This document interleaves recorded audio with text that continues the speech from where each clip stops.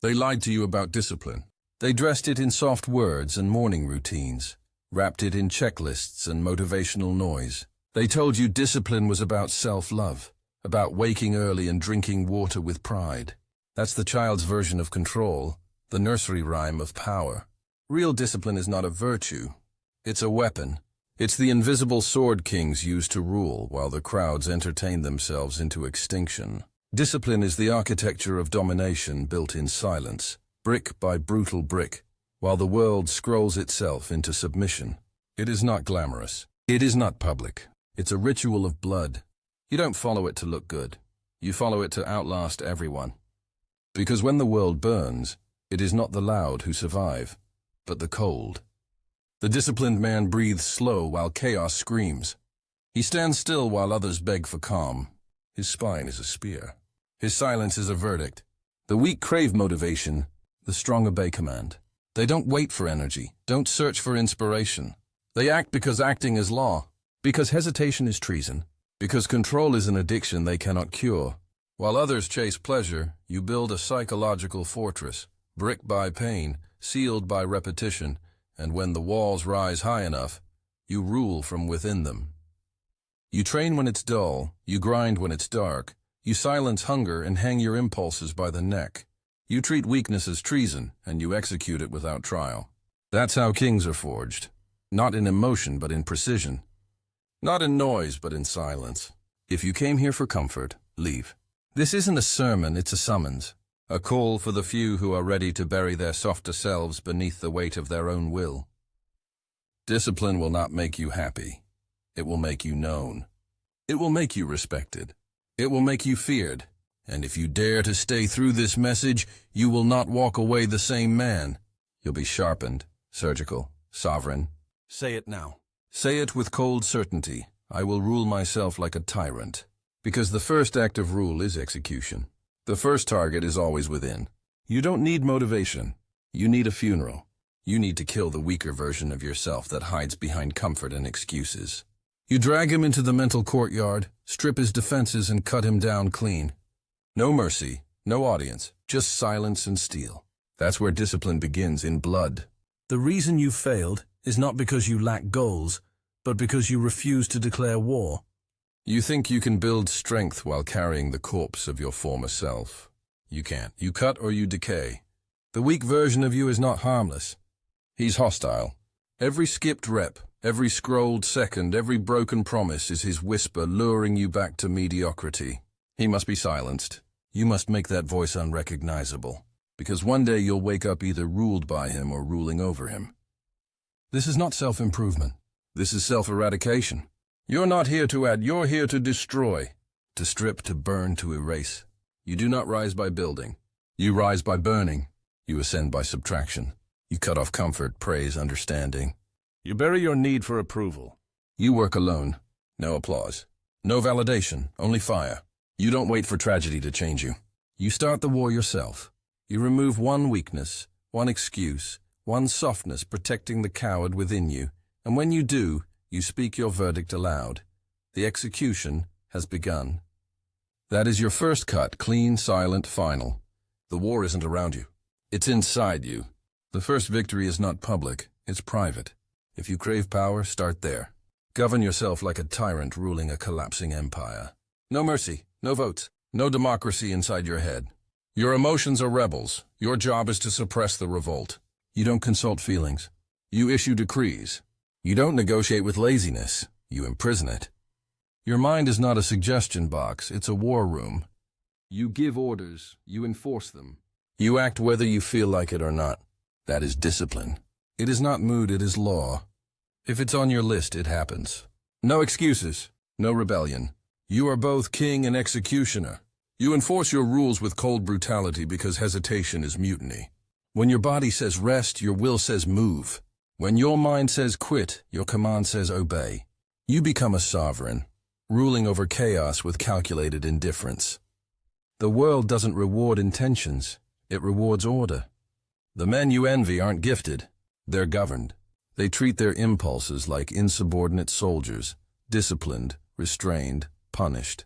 They don't hope for progress, they demand it. They don't debate weakness, they destroy it. You must become your own judge, your own warden, your own punisher. Ruthless self-rule means your inner world becomes an empire of obedience. This is not self-care. It's weaponization. You seize your mind as conquered land.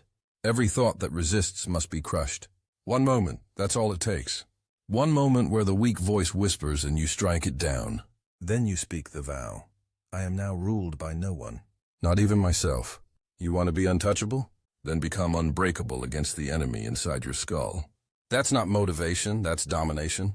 You must dominate your time like territory, because the man who does not rule his hours has already surrendered, not to others but to distraction, to noise, to the invisible empire of comfort that steals his legacy 1 minute at a time.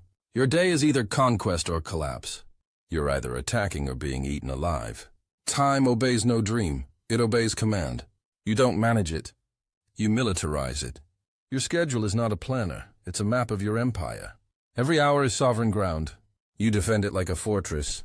You allow no intrusions, no random calls, no idle chatter. You are unavailable to mediocrity. The disciplined man treats his time like a warlord treats borders, ruthless with trespassers, merciless with weakness. Weak men drop time like loose change, spent on gossip, comfort, and noise. You, on the other hand, turn time into a blade. You recover with strategy. You rest like a general, never idle, always alert.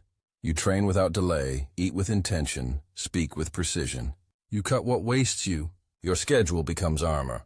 Your habits, artillery. Your minutes, soldiers that move only by command. Every second lost becomes a wound on your reign. If you want to know who's dangerous, don't look for the loudest.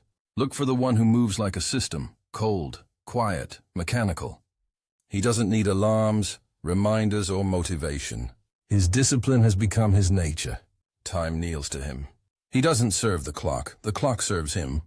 And when you master time, a new enemy rises. Boredom. But boredom is not weakness. It's the forge. The world told you to run from it, medicate it, fill it. They lied. Boredom is where power is born. Because in stillness your demons scream. And if you can outsit their screams, you own them. While others reach for pleasure, you sit in silence. You train in dullness. You sharpen in shadows. The world collapses under quiet. You build in it. Every rep in boredom is a blade forged in darkness. Every routine followed in monotony is another wall between you and the masses who quit when it's not exciting. They celebrate discipline when it's aesthetic, but you understand it's violence. No applause, no cameras, no dopamine, just duty.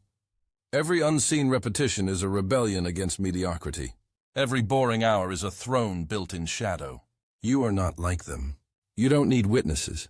You don't crave recognition. You crave the edge, because when boredom bends to your will, it becomes your weapon. You become immune to distraction, immune to fatigue, immune to life's noise. You don't chase thrill, you command stillness. Say it aloud so the world remembers what's coming. Boredom obeys me, because from that moment forward, silence is your kingdom. Stillness is your forge. The world will never understand why you move like that. Cold, patient, relentless. But they'll feel it. Because once boredom submits to you, discipline evolves. It stops being noble. It becomes lethal. The disciplined man isn't peaceful, he's dangerous. He doesn't move to impress. He moves to dominate. He studies not to look smart, but to gather weapons. His calm is camouflage. His silence is strategy. Discipline isn't pretty, it's predatory. You delay gratification not for morality, but for leverage. While others chase comfort, you bank control. While they feast on moments, you stockpile years. And when the moment comes, you don't step, you strike. The world praises the disciplined man when he looks balanced and pure. But you're not here for praise. You're here for power. Real discipline isn't beautiful. It's brutal. It's execution disguised as repetition. The disciplined man delays today not to look virtuous, but to own tomorrow. While they rest, you rise. While they waste, you weaponize. And when you finally move, it's not a step, it's a storm. Power is not taken by movement. It is taken by stillness. The men who rule the world are never in a hurry, because they already know time bends to control. The undisciplined man is loud, frantic, reactive. The disciplined one is quiet, deliberate, lethal. He does not chase outcomes, he engineers inevitability. He does not reveal desire. He buries it beneath command, because desire exposed is leverage surrendered. The moment you show what you want, you become predictable, and predictability is the death of kings. Discipline evolves when you learn to conceal your hunger. You don't broadcast your grind, you weaponize it in silence. You let the world assume you are idle while you carve your empire behind curtains. Power is not the roar of effort, it is the quiet of inevitability. Let them laugh at your absence while you plan their replacement. Let them speak your name lightly while you sharpen their downfall. You become untouchable not by showing strength, but by mastering invisibility. Every move hidden, every motive buried, every reaction contained. That's the Machiavellian form of discipline. Control not only over body, but over appearance. Because in a world ruled by perception, image is weapon. You must learn to disappear in plain sight, to smile when plotting, to bow when planning to strike. Discipline is not rigidity, it's flexibility under rule. You move like water, but within walls of iron. You adapt without surrendering structure. You bend, never break. You listen more than you speak. You analyze more than you act. When others chase the spotlight, you study the shadows. When they perform for attention, you prepare for dominion. You understand that power is not given to the loud, it is inherited by the silent who endure. You no longer seek validation from the masses because their applause costs your autonomy. You no longer need to explain your grind because explanations are chains. You owe no clarity to anyone who isn't building beside you. You move like a ghost, present but untouchable. Your absence begins to speak louder than their noise. They'll call it arrogance, mystery, obsession. It's all the same word for fear. And fear is good. Fear is control. But remember this. Fear fades if not maintained. You must learn to feed it, to sustain it with calculated unpredictability. Discipline alone makes you efficient. Mystery makes you dangerous. You must blend both. Become precise but unreadable. The moment they can predict you, you've already lost the game. Never let them see your full pattern. Change your rhythm. Move in silence. Strike without schedule. Vanish without trace. Control the tempo of your presence like a musician controls tension. Tighten, release, tighten again. Predictability breeds weakness. Unpredictability breeds awe. A man who cannot be read cannot be controlled. A man who cannot be controlled cannot be replaced. That is the pinnacle of discipline, to master perception so completely that even stillness becomes a threat. When you walk into a room, your silence should say what words cannot. Your aura should command attention before you speak. But this kind of power demands isolation. You cannot build it while seeking companionship from the crowd. Greatness is not social, it's solitary. You will lose people. You will lose comfort. You will lose the version of yourself that needed to be liked. That's the price of self-rule. The disciplined man must accept exile, because the path of power is narrow and lit only by your own fire. You cannot share it with those still dependent on warmth from others. They will not understand your silence, your distance, your intensity. They'll call it coldness, obsession, arrogance. Let them. They don't need to understand. You need to build. Solitude is your crucible. It burns away dependency until only strength remains. Loneliness is not punishment. It's purification. The weak drown in it. The strong forge crowns from it. Every great conqueror learned to be alone before he learned to rule others. Isolation teaches clarity. It removes the noise, the validation, the fake brotherhood of comfort. You begin to see the world not as it appears, but as it operates.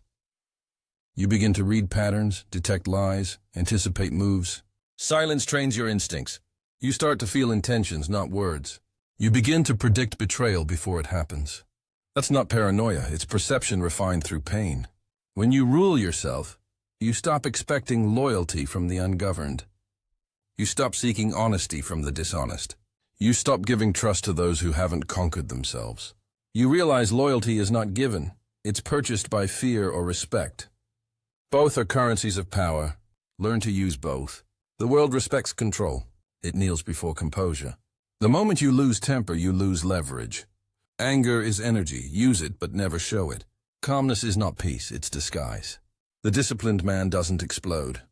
He plans. He doesn't react. He repositions. His revenge is not emotional, it's architectural. You learn to build outcomes so precise that enemies collapse without confrontation. That's the difference between the disciplined and the desperate. The desperate man screams. The disciplined man calculates. You become the man who looks quiet but controls the entire board. But this control must be cold, not sentimental.